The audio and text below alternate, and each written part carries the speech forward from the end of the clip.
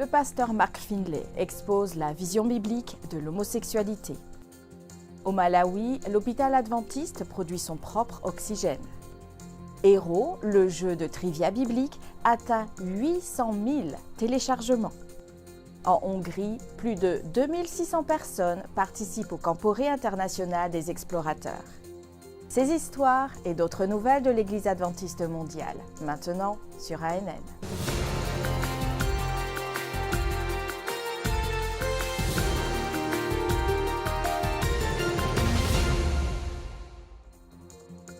Comment naviguons-nous dans les complexités de la foi, de la sexualité et de l'identité de genre avec la Bible? Dans le sermon « Amour, compassion et vérité, une vision biblique de l'homosexualité », le pasteur Mark Finlay vous invite à trouver des réponses en s'appuyant sur 7 points cruciaux tirés directement de la Bible. Le pasteur Finlay, assistant du président de la Conférence générale des Églises adventistes, commence son exposé en expliquant ce qui le motive à parler de ce sujet. Pourquoi ai-je choisi de parler de ce sujet maintenant? Il y a des raisons spécifiques à cela. Tout d'abord, je suis inquiet, préoccupé par la direction que prend notre société. Je me préoccupe de l'impact de cette direction sur l'Église que j'aime.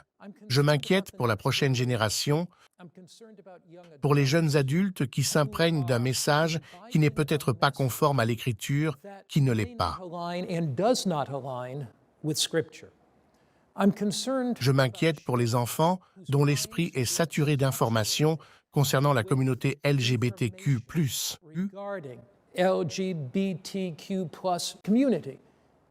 C'est donc pour répondre à cette préoccupation, motivée par cette attention, cet amour que je m'exprime aujourd'hui.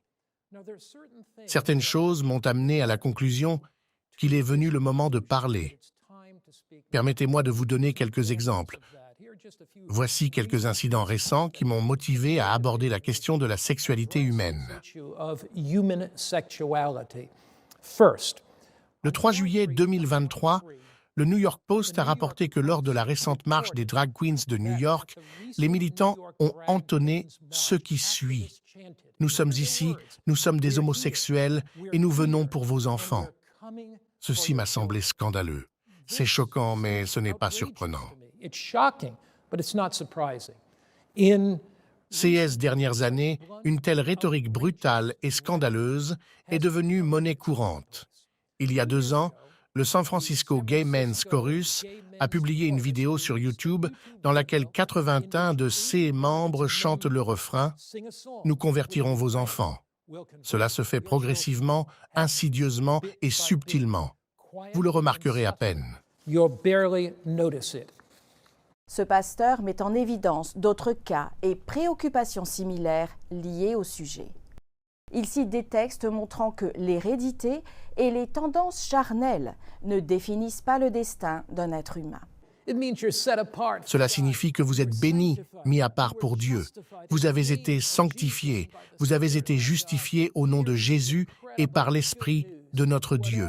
Voici l'incroyable bonne nouvelle, quelles que soient les tendances dont nous avons hérité ou que nous cultivons à cause de nos vies brisées, qui que nous soyons, hétérosexuels ou homosexuels, qui que nous soyons, la grâce du Christ peut nous transformer.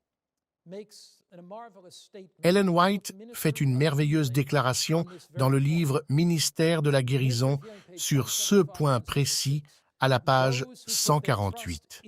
Ceux qui se confient dans le Christ, où placent-ils leur confiance? En Christ. Ils ne sont asservis à aucune habitude, ni à aucune tendance mauvaise, héréditaire ou acquise. Au lieu d'être soumis à leurs bas instincts, ils dominent leurs passions. Dans cette lutte contre le mal, Dieu ne nous a pas laissés seuls. Quelles que soient nos tendances, innées ou acquises, nous pouvons les vaincre par la force qu'il veut nous communiquer. Prêtez attention à cette déclaration. Quel espoir! Il n'y a pas de passion, innée ou acquise, que Jésus-Christ ne peut nous aider à vaincre. Quelles que soient nos tendances au mal, innées ou acquises, nous pouvons tout surmonter par la puissance qu'il est prêt à nous donner. Pour regarder la vidéo complète, visitez la page officielle de l'Église adventiste du 7e jour sur YouTube. Dans la section Vidéo, recherchez Amour, compassion et vérité, une vision biblique de l'homosexualité. L'hôpital adventiste de Blantyre au Malawi produit maintenant son propre oxygène suite aux difficultés causées par la pandémie de Covid. L'hôpital économise maintenant plus de 35 000 $ par mois. Noël Sibanda nous en dit plus. Nous sommes au Malawi, le cœur chaleureux de l'Afrique, le pays aux multiples possibilités. Qui, justement, aurait pu penser que l'hôpital adventiste de Blantyre puisse disposer de son propre oxygène? Mais avec Dieu, tout est possible pour ceux qui croient. En parlant de santé, le président de la division du Sud de l'Afrique et de l'océan Indien, Dr Harrington Akumbwa, s'est rendu à l'hôpital adventiste de Blantyre où il a présenté la méditation pour le personnel de l'hôpital. Cet établissement est très respecté au Malawi et il a traité de nombreux hauts fonctionnaires et hommes d'affaires, un signe que l'Église accomplit un excellent travail dans ce domaine. Peu après la cérémonie du matin, le directeur général de cet hôpital adventiste, Kabe Kazinga, a raconté l'histoire de l'hôpital, qui est devenu un nom familier dans le milieu médical au Malawi. L'hôpital dispose d'un personnel et d'équipements hautement performants, qui en font l'une des institutions médicales privilégiées de Blantyre. Les dirigeants ont ensuite visité l'ensemble des locaux, qui a vu défiler de personnalités gouvernementales pour des soins médicaux. L'hôpital adventiste de Blantyre dispose d'une nouvelle usine de production d'oxygène qui a été une nouvelle addition mise en place à l'apogée de la pandémie de Covid en 2021. L'hôpital dispose d'un équipement de pointe et il produit son propre oxygène, ce qui lui permet d'économiser plus de 35 000 $ par mois. Cette usine se trouve dans le même immeuble que l'hôpital et est très bien située pour les patients. Les dirigeants ont ensuite visité la clinique dentaire de Blantyre. Le président de la division a été très impressionné par la qualité des soins dentaires, possible grâce au meilleur équipement du pays et des dentistes professionnels missionnaires des Philippines. Le directeur général de l'hôpital adventiste de Blantyre lui estime que ces installations et l'équipement de pointe placent ces établissements non loin des autres hôpitaux adventistes internationaux dans le monde. Depuis de nombreuses années, j'entends parler de l'hôpital adventiste de Blantyre, mais je pense que ce que j'ai entendu n'est rien comparé à ce qui se passe réellement sur le terrain. J'ai même écrit dans le livre d'or que nous avons ici une institution qui est prête à devenir un centre d'excellence, non seulement au Malawi, mais aussi dans cette division et sur le continent africain.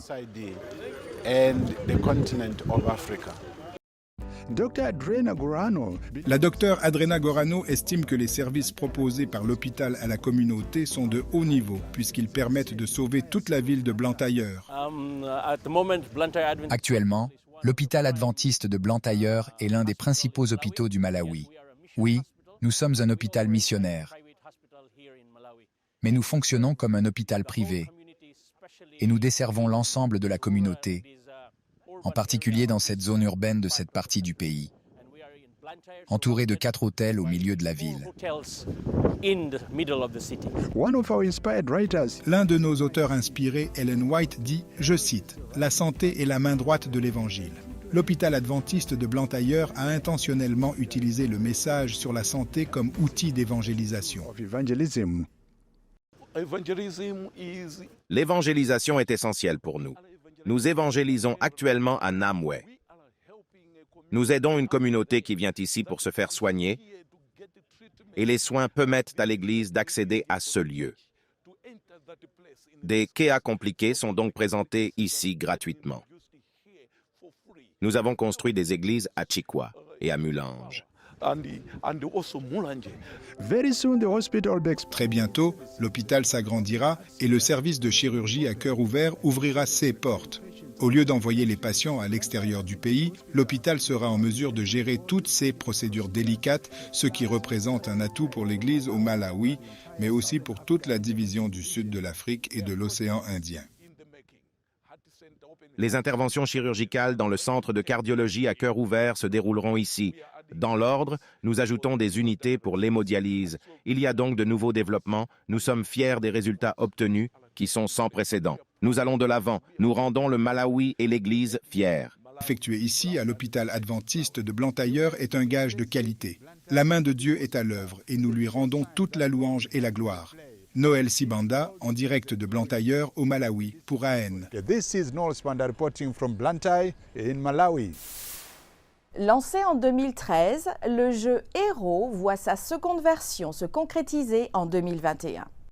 Aujourd'hui, la principale application de jeux bibliques de l'Église adventiste du 7e jour à l'échelle mondiale a atteint 800 000 téléchargements.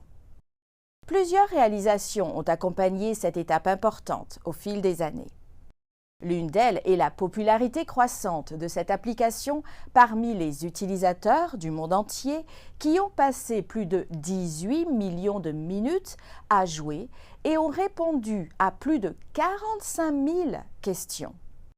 L'application de questions-réponses bibliques développée par Hope Channel est conçue par le pasteur Sam Neves, directeur adjoint du département de la communication de l'Église adventiste mondiale, est également devenue populaire grâce à son aspect éducatif. En juin 2022, Héros s'est associé au Musée de la Bible à Washington dans le district de Columbia. Au Brésil, Héros a également organisé un tournoi en ligne permettant aux jeunes de concourir pour la possibilité de jouer en personne lors de l'édition spéciale d'une émission télévisée consacrée à Héros sur la chaîne de télévision Novo Tempo. Téléchargez l'application Héros, le jeu de trivia biblique, sur App Store ou Google Play et soyez un véritable héros avec Christ dans la lutte contre le péché. Le 13e Camporé international des explorateurs, organisé par l'Église adventiste du 7e jour dans la région transeuropéenne, a eu lieu à Sopron en Hongrie.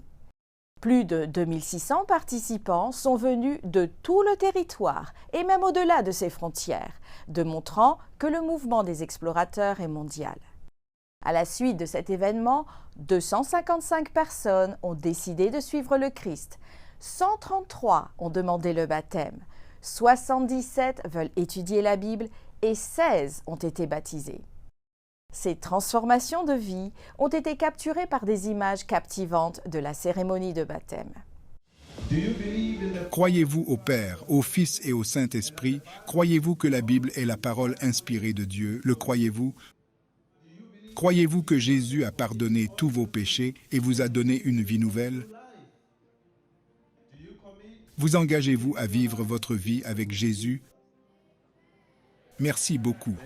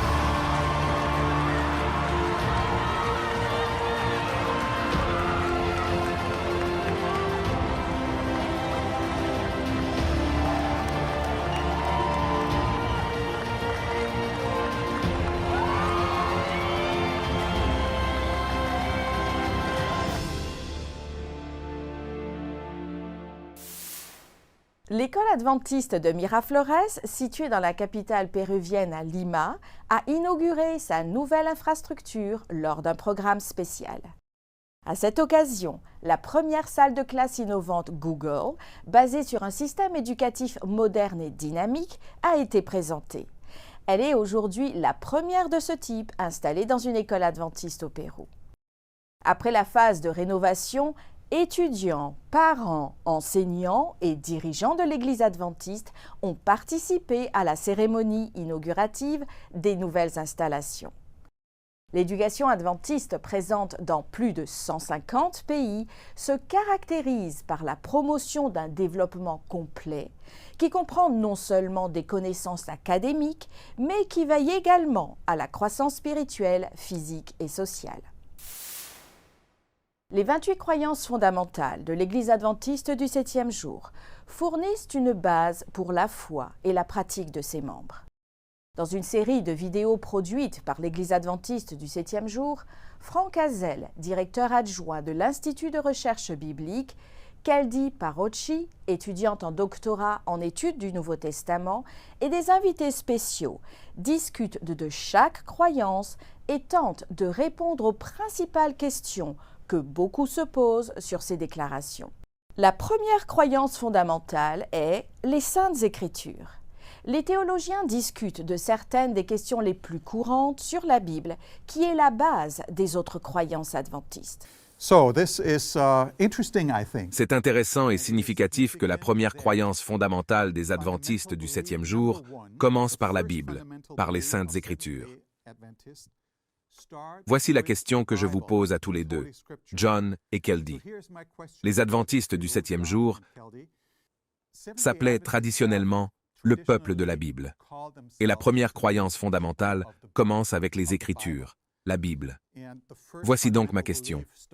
Pourquoi la Bible est-elle si importante pour les adventistes du 7e jour? Les raisons sont multiples, mais l'une d'entre elles est que nous comprenons que la Bible est la parole de Dieu.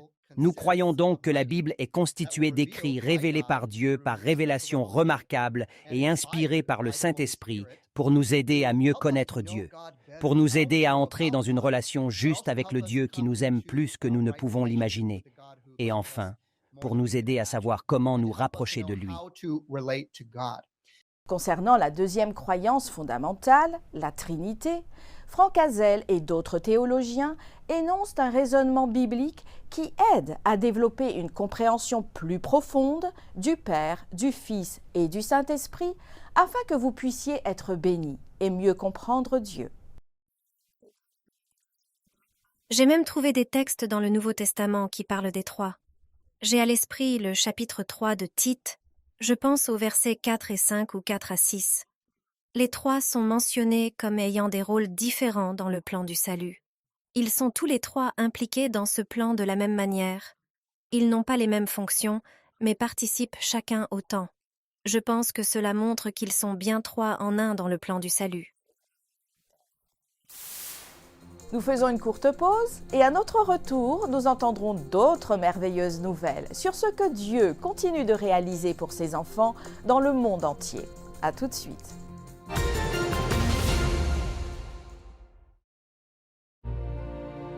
Every good and perfect gift is from above, coming down from the Father of the heavenly lights, who does not change like shifting shadows.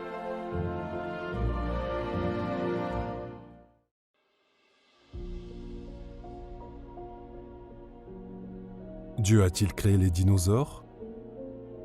Il est facile de regarder ces énormes créatures terrifiantes et de se demander si un Dieu bon les aurait créées. Et parce qu'elles sont utilisées comme preuve de l'évolution, certains nient leur existence. Cependant, des fossiles abondants montrent clairement que les dinosaures ont existé. Cela ne signifie pas que Dieu voulait des monstres mortels dans sa création d'origine. Notre monde a changé et les prédateurs d'aujourd'hui, comme les requins, sont redoutables. Mais notre monde compte encore de nombreuses créatures douces. Les prédateurs actuels nous parlent de la puissance de Dieu, mais nous savons que celui-ci n'a jamais voulu la violence dans sa belle création. Les dinosaures peuvent inspirer la crainte, mais tout comme nous attendons que le lion se couche avec l'agneau dans la nouvelle création divine, nous pouvons espérer que les dinosaures, dans leur douce magnificence originelle, seront aussi présents.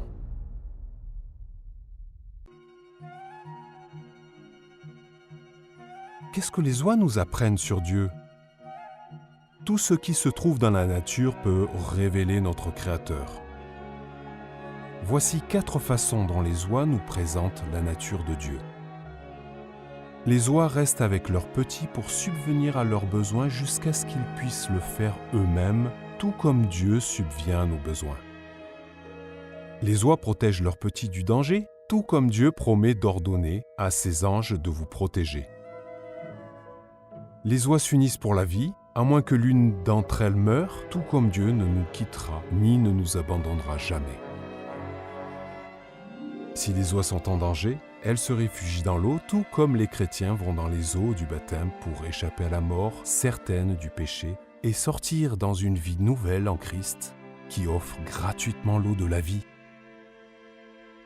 Lors de vos prochaines sorties dans la nature, cherchez dans la création de Dieu ce qui montre qu'il se soucie de chacun de nous.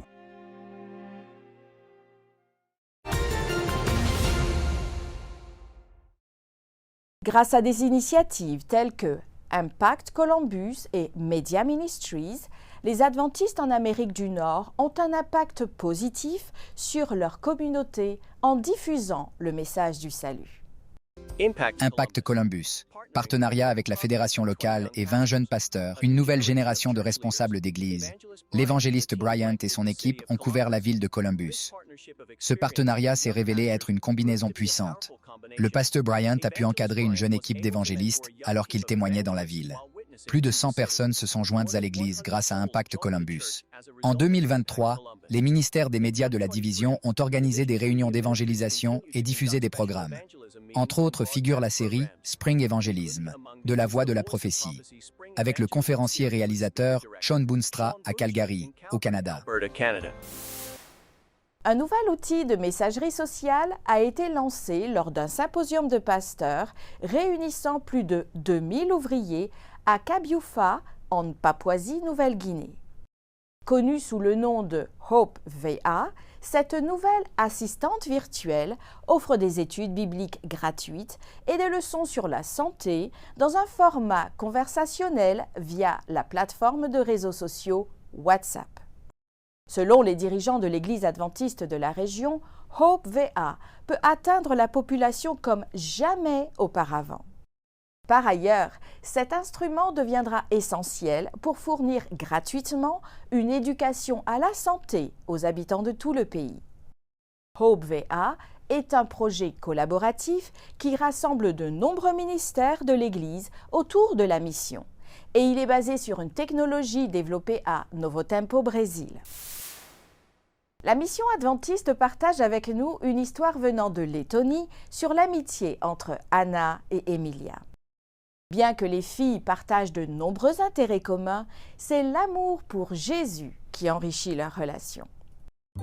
Avez-vous déjà rencontré quelqu'un qui vous a vraiment plu? Vous aviez tellement de choses en commun que vous vous êtes immédiatement sentis à l'aise l'un avec l'autre. C'est ce qui est arrivé à Anna. Elle a immédiatement sympathisé avec Emilia lorsqu'elles se sont rencontrées dans une école de musique en Lettonie. Les deux filles avaient presque le même âge. Anna avait 10 ans et Emilia 11 ans. Elles aimaient toutes deux la musique. C'est pourquoi elles allaient à l'école de musique.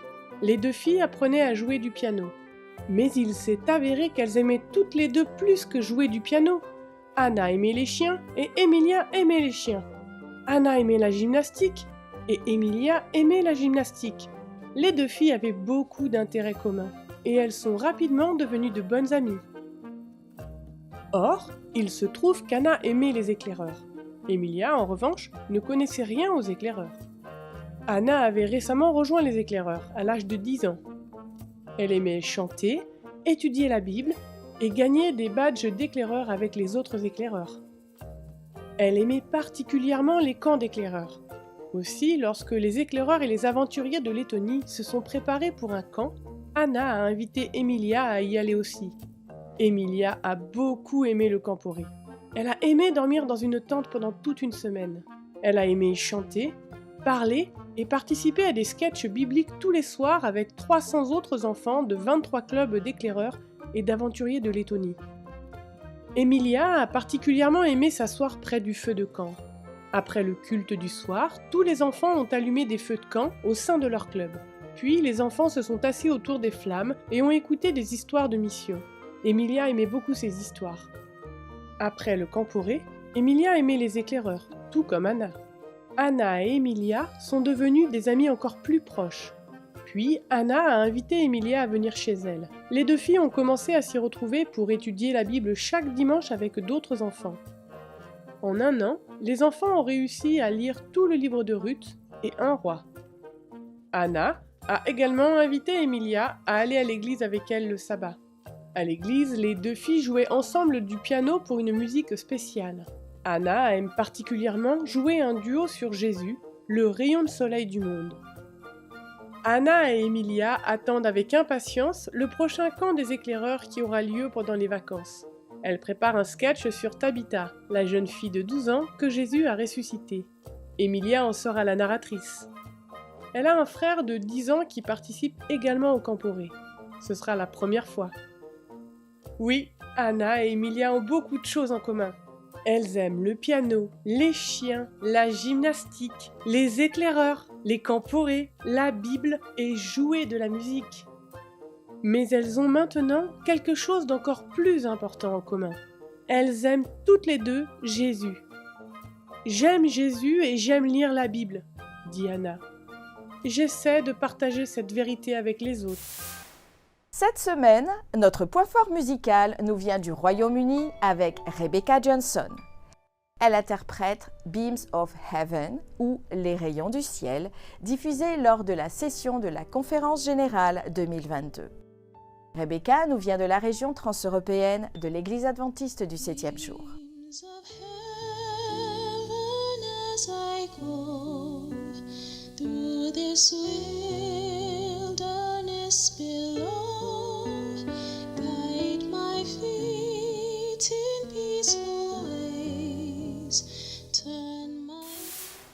Merci d'avoir suivi ANN. Rejoignez-nous la semaine prochaine pour plus de nouvelles du siège de l'Église adventiste du 7e jour.